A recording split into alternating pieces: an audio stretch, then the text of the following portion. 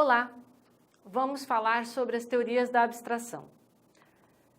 N autores de diferentes correntes falam sobre a abstração. Dentre eles, os neurocientistas cognitivos, os neurocientistas de uma forma geral, Piaget, e eu vou trazer para vocês um pouco de cada um para que você possa, inclusive, optar, né? Eu entendo melhor a abstração a partir de Condillac, eu compreendo melhor a partir de Piaget. O conceito de abstração não muda na hora em que a gente for exercitar do ponto de vista da ciência, da neurociência cognitiva computacional, que é a que a gente está trabalhando. Não modifica em nada o exercício, tá? O conceito é que é importante que você abstraia da melhor forma para o seu cérebro.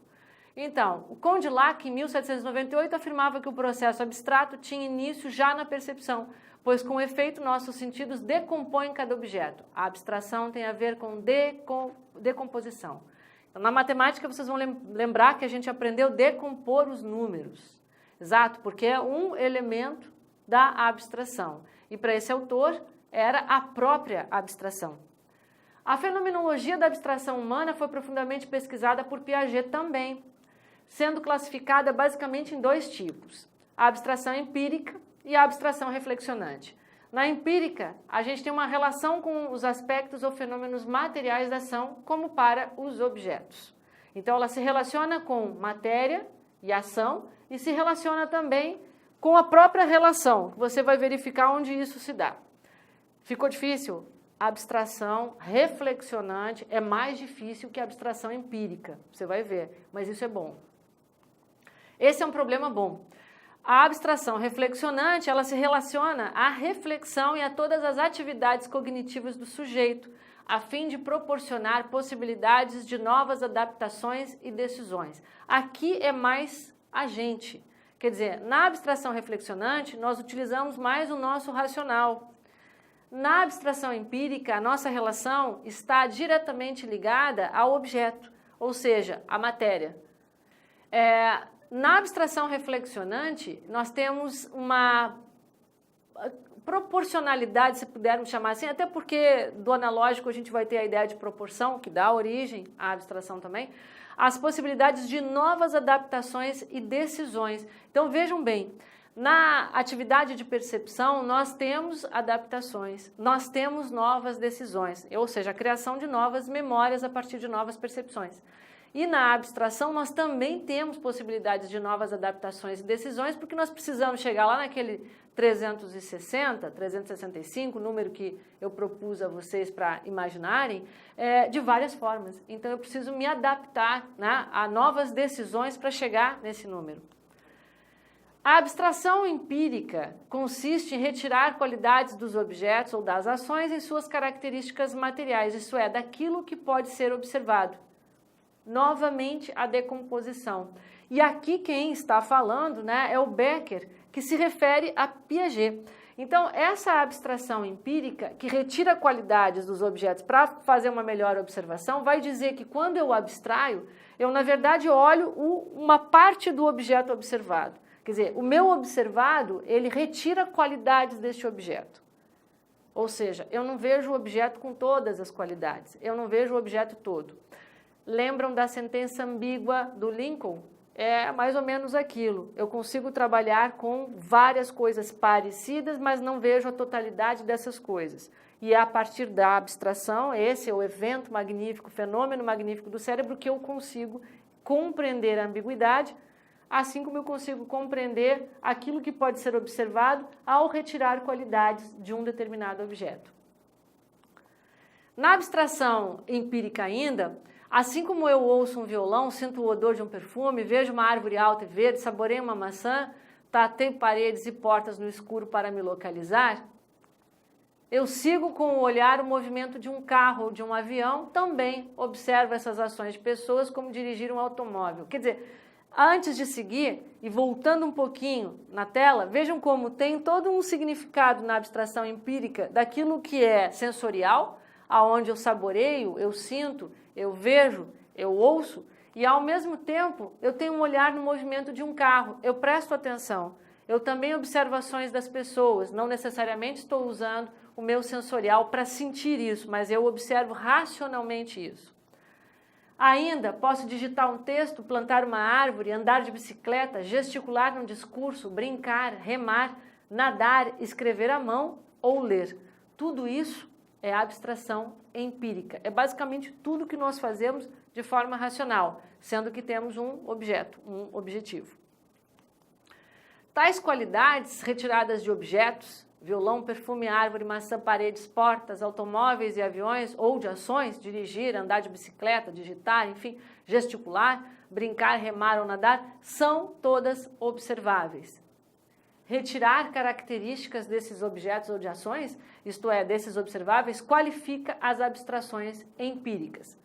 Ou seja, na abstração empírica, eu sempre extraio qualidades dos objetos, características dos objetos, e ao extraí-las, eu estou decompondo-as em algo que eu possa compreender. Ao decompor em algo que eu possa compreender, eu começo a calcular. Bem, diante disso, eu tenho outra abstração, que é a reflexionante, também observada por Piaget, que faz uma diferença profunda com relação à empírica, porque ela, a partir dela, o sujeito retira qualidades não de objetos ou de ações observáveis, mas das coordenações das ações que ele mesmo, no caso, realiza internamente e que não são observáveis. Ou seja, a abstração reflexionante é aquele exercício que eu faço para abstrair empiricamente e que ninguém conhece, que ninguém sabe, nem eu sei.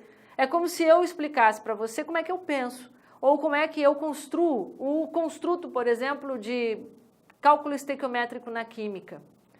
Não lembrou o que é cálculo estequiométrico? Ácidos, bases, sais e óxidos. Quando eu falo nisso, eu preciso imaginar como que eu entendo a diferença entre ácidos, sais, bases e óxidos. Essas diferenças são coisas internas minhas, fazem parte da minha abstração reflexionante. Ou seja, são processos internos em que eu abstraio e não sei como faço isso, para poder compreender os ácidos, bases, sais e óxidos. Você pode usar esse exemplo para qualquer área do conhecimento, para as classificações de frutas, para as classificações de cadeia alimentar, para as classificações da língua portuguesa, para os verbos e para outras línguas, para o que você quiser. Existem sempre dois tipos de abstrações. A reflexionante, que é essa dos processos não observáveis, e a abstração empírica, que é aquela que tem a ver com os atos que eu faço de observação do próprio observado. Bem, se um bebê por volta dos 4 meses de idade conseguiu olhar um objeto, agarrá-lo e levá-lo à boca, ele coordenou 3 ações ou 3 esquemas, de olhar, agarrar e sugar. Isso ainda é Piaget. Onde está essa coordenação? No seu cérebro, em sua mente. Não como coisa, mas como operação. Ela não pode ser observada, apenas inferida a partir da observação de seu comportamento. Ou seja, novamente, abstração reflexionante. Ela acontece sem que eu saiba como. Piaget explicou isso a partir dos esquemas. Aí você precisa ler melhor Piaget, ler inclusive a obra dele de percepção, que também é anterior à de abstração, para também compreender um pouco mais desses processos de acomodação e de assimilação, que no caso tem a origem nos esquemas. Quando uma criança de 8 anos infere que pode obter o mesmo resultado que obteve somando 3 mais 3 mais 3, multiplicando 3 vezes 3, ela coordena as duas ações de somar numa única de multiplicar. Quando eu somo e chego a um resultado de multiplicação, ou quando eu decomponho a multiplicação em uma soma, estou fazendo uma abstração reflexionante. As abstrações em ação. Eu vou mostrar alguns exemplos para vocês de propagandas reais de marketing que não foram bem um sucesso no mundo, né? São propagandas internacionais para você entender o quanto as abstrações são de relevância para o entendimento das coisas da vida. Vejam essa imagem. É da igreja de uma arquidiocese católica nos Estados Unidos e ela foi considerada uma das piores imagens representativas de uma arquidiocese católica. Vocês imaginem por quê, né? E por que isso acontece? Porque essa cena, na verdade, é óbvia. Tem um padre e tem uma criança. Acontece que a posição da criança leva a um entendimento de abstração reflexionante negativo. Isso é empírico, inclusive. Ou seja, eu estou fazendo a leitura, ou as pessoas fazem a leitura, de que isso representa uma coisa negativa. Essa criança não poderia estar nessa posição no desenho, ainda mais para uma arquidiocese católica. Bem, nessa outra imagem, vocês também estão vendo uma propaganda de um sushi japonês, e esse sushi japonês dá uma ideia também, em termos de abstração, que tem um cálculo aqui que o cérebro faz, que a gente não sabe como ele faz, mas que dá a ideia de que essa torre está dentro dessa outra, desse cenário vermelho. E isso é um apelo altamente erotizado. Também é uma propaganda que foi considerada muito negativa. Nessa outra, a mesma coisa, nós temos uma imagem de uma possível fonte e essa fonte dá a impressão de que há uma atividade fisiológica sendo feita. Então, isso também no estado de Vermont não foi uma coisa positiva, é uma propaganda que foi considerada uma das piores, das 10 piores propagandas de marketing dos últimos 10 anos. Na farmácia Kudawara, e aqui, obviamente, para nós que somos brasileiros, essa representação do símbolo do K e ainda o nome Kudawara, farmácia, é extremamente negativo. Então, mas por quê? Isso porque nós entendemos Kudawara e a simbologia do K dentro da língua portuguesa. Não necessariamente isso é representativo de uma abstração negativa para o Japão. Bem, diante de tantos exemplos de imaginário, abstrato, negativos, como o caso das últimas propagandas, eu quero falar um pouco mais de abstrações, que vai ser o tema da nossa próxima aula. Vejo vocês daqui a pouco.